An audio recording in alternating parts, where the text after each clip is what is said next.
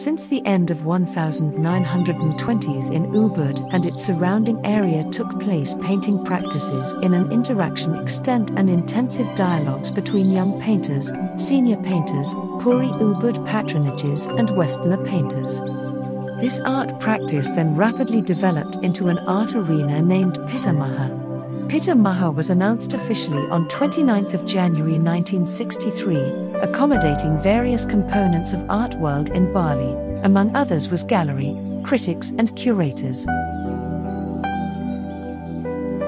Sejak akhir 1920-an di Ubud dan sekitarnya berlangsung praktik seni lukis dalam ruang interaksi dan dialog yang sangat intensif antara pelukis remaja, pelukis senior, patronasi Puri Ubud dan pelukis barat. Praktik seni ini kemudian berkembang pesat menjadi arena seni bernama Pitamaha. Pitamaha diumumkan berdiri resmi tanggal 29 Januari tahun 1936, mengakomodasi berbagai komponen art world di Bali, di antaranya galeri, kritikus, dan kurator. Melukis adalah upaya menerjemahkan apa yang kasat mata, yang dilihat langsung oleh mata pelukis. Gunung biru, langit berawan putih, sawah berundak, aneka tetumbuhan dan fauna adalah kenyataan yang mereka lihat di sekitar Ubud, dan itulah yang dilukis. Ki Hajar Dewantara menulis, kesenian adalah sebagian dari kebudayaan, yang timbul dan tumbuhnya amat berhubungan dengan jiwa perasaan manusia. Karena itu lebih dalam tertanamnya kesenian itu di dalam jiwa daripada kebudayaan lainnya. Ia memandang kesenian sebagai ekspresi budaya yang paling dalam karena kesenian berakar pada hati sanubari manusia, pada alam rasa dan kehendak. Melalui kesenianlah semangat kebangsaan dan kesadaran untuk bangun dan berdiri di atas kaki sendiri terjawantah dari dalam jiwa tiap-tiap orang. Seni rupa menghadirkan kontak imajinatif dengan kenyataan sekitar. Dalam seni rupa, dunia dihadirkan dari sudut pandang yang kerap kali terlewat oleh rutinitas hidup. Seni rupa memberi makna pada apa yang sehari-hari dilalui begitu saja. Dengan begitu, lewat seni rupa, dunia hadir secara baru di dalam imajinasi halayak. Seni rupa, pada akhirnya, dapat mengubah cara orang mengalami sesuatu dan, oleh karenanya, mampu mengubah pula cara orang mengambil sikap terhadap kenyataan. Sebelum Walter Spies dan Bonnet ke Bali, praktik seni lukis sudah memasyarakat di kalangan remaja-remaja pedesaan Bali.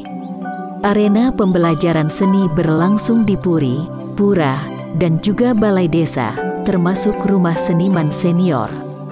Walter Spies sosok fenomenal dalam petilasan sejarah seni di Indonesia menyangkut tema kepada pelukis-pelukis Ubud seperti Ida Bagus Made Poleng, Anak Agung Meregek, Anak Agung Sobrat, dan lain-lain.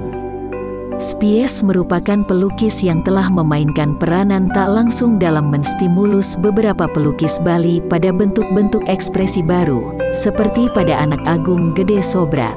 Apa yang dicapai Sobrat tentu tidak lahir secara tiba-tiba. Sobrat telah melewati proses yang panjang. Sejak remaja, ia berguru pada tetua dan pelukis senior Ida Bagus Kembeng. Sobrat juga belajar kepada Walter Spies dan Rudolf Bonnet. Kedua pelukis barat ini tinggal di Ubud dan difasilitasi oleh Raja Cokorda Gede Raka Sukawati dan Cokorda Gede Agung Sukawati. Di usia remaja, Sobrat telah memiliki pengetahuan dan kemampuan melukis wayang. Ia memperoleh pengalaman baru ketika melihat karya-karya Walter Spies dan Rudolf Bonnet. Kecakapannya dalam menggambar anatomi manusia bertambah dan kemampuannya melukis pemandangan alam makin kaya. Melukis adalah upaya menerjemahkan apa yang kasat mata, yang dilihat langsung oleh mata pelukis. Pelukis Sobrat memiliki riwayat hidup penuh liku. Sejak usia remaja, ia sudah bekerja sebagai juru angkat telepon di Puri Ubud. Pekerjaan tersebut menuntut kemampuan berkomunikasi yang baik dan melatih pengalaman menjamu tamu. Kemampuan berkomunikasi tersebut membawa Sobrat mengenal tamu puri dengan mudah, seperti Spies dan Bonnet. Suatu ketika Spies sedang mencari kupu-kupu di kebun milik Sobrat di Padang Tegal. Ia bertemu Sobrat dan Meregek yang sedang melukis wayang di kertas. Spies tertarik dengan bakat mereka. Spies pun lalu mengundang mereka ke studio miliknya di Campuhan, Ubud yang berjarak sekitar 4 km dari arah barat laut desa Padang Tegal. Sejak itu selepas jam kerja, Sobrat bersama Meregek sering bermain ke studio Spies. Menurut penuturan anak kandung Sobrat bernama Anak Agung Gede Yugus, Sobrat dan Meregek diberi kertas dan alat lukis oleh Spies. Bersama sepupunya yang bernama Meregek, Sobrat mulai konsisten untuk melukis demi mengembangkan bakat yang dimilikinya. Secara perlahan mereka mulai menyesuaikan diri dengan material cat dan kertas yang diberi cuma-cuma itu. Hal yang penting, bahwa mereka mulai mendapat pengalaman baru, pengalaman melihat karya lukis Spies yang berbeda dari seni lukis klasik Bali. Selama ini mereka hanya mengetahui seni lukis wayang kamasan. Pengalaman ini tentu memunculkan gagasan-gagasan baru. Sobrat dan Meregek memperlihatkan terobosan baru dalam melukis, yakni penggambaran dunia wayang ke alam nyata dan dunia sehari-hari.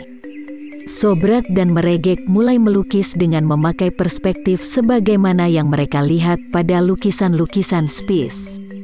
Mereka melukis wayang yang pipih menjadi lebih mendekati citraan manusia dengan menambahkan unsur volume.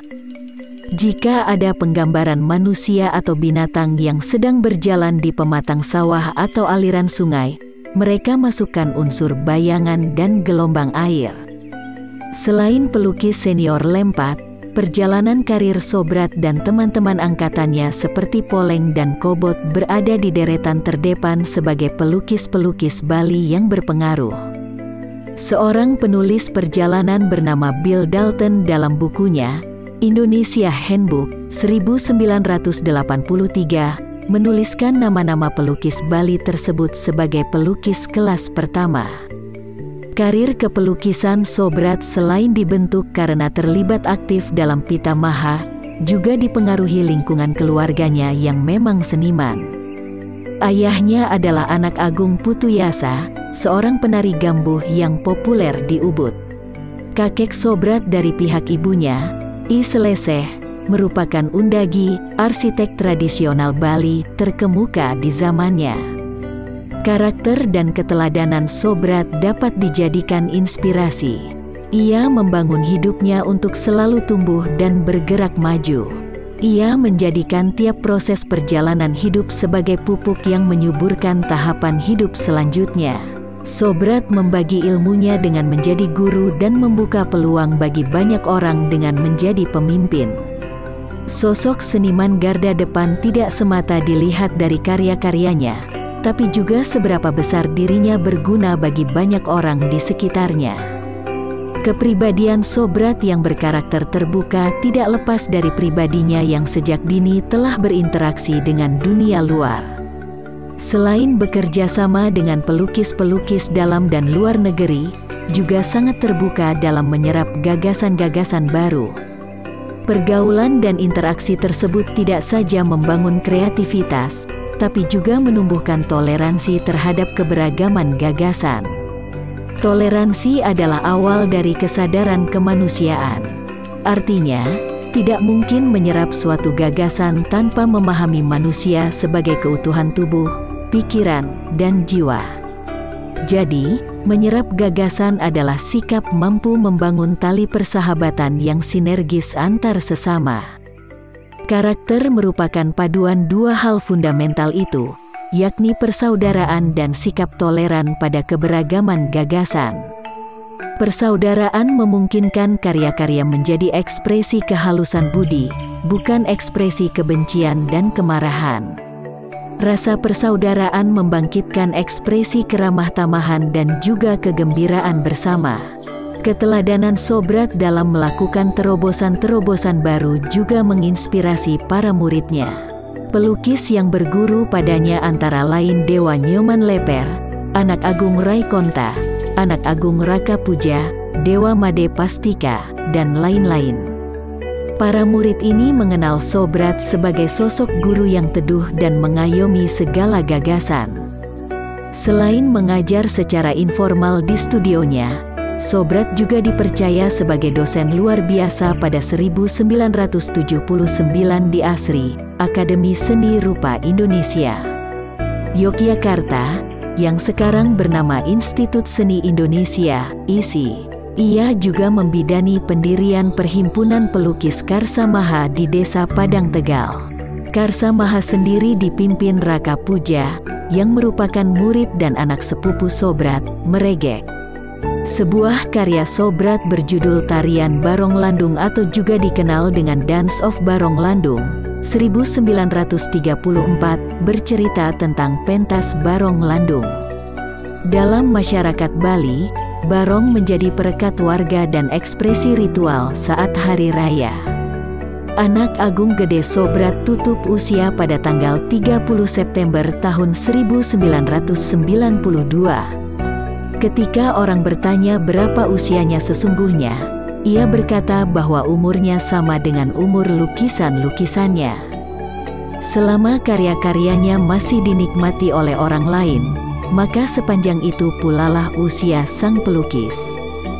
Dengan kata lain, sesungguhnya bagi Sobrat seorang seniman tidak pernah sungguh-sungguh mati. Mereka akan terus hidup di dalam dan melalui karya-karya ciptaannya.